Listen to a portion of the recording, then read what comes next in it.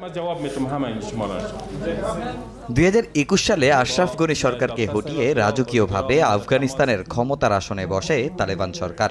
এসেই জারি করেছে বেশ কিছু নীতিমালা, নিষিদ্ধ করে অনেক কিছু। সে সময় স্থবির হয়ে পড়েছিল দেশটির ক্রিকেটও। তবে পরবর্তীতে পুরুষদের ক্রিকেট, ফুটবল সহ অন্যান্য খেলার অনুমতি মিললেও বাধা নারীদের সব ধরনের খেলা। তা নিয়ে এবার বেশ চাপে আইসিসিও।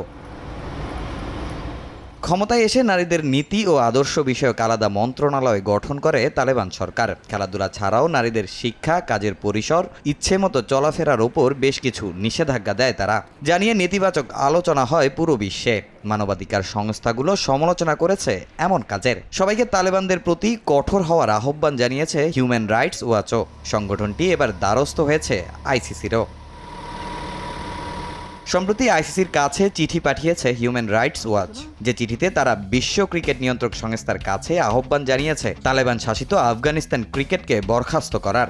আর এই নিষেধাজ্ঞা নারীদের পুনরায় শিক্ষা ও খেলাধুলার সুযোগ নিশ্চিতের আগ পর্যন্ত বহাল রাখার কথা উল্লেখ করেছে সেই চিঠিতে। এছাড়া সংগঠনটি 1999 সালে তালেবান শাসনামলে নারীদের খেলায় বাধা প্রদানের জন্য আফগানিস্তানের জাতীয় অলিম্পিক কমিটি নিষিদ্ধ করার কথাও উল্লেখ করে। আন্তর্জাতিক অলিম্পিক পারলে আইসিসি কেন পারছে না তা নিয়ে প্রশ্ন রাখে তারা। যদিও এ নিয়ে এখনও কোনো বিবৃতি দেয়নি আইসিসি। তবে সম্প্রতি এ বিষয়ে গণমাধ্যমের মুখোমুখি হয়েছে সংগঠনটির পরিচালক।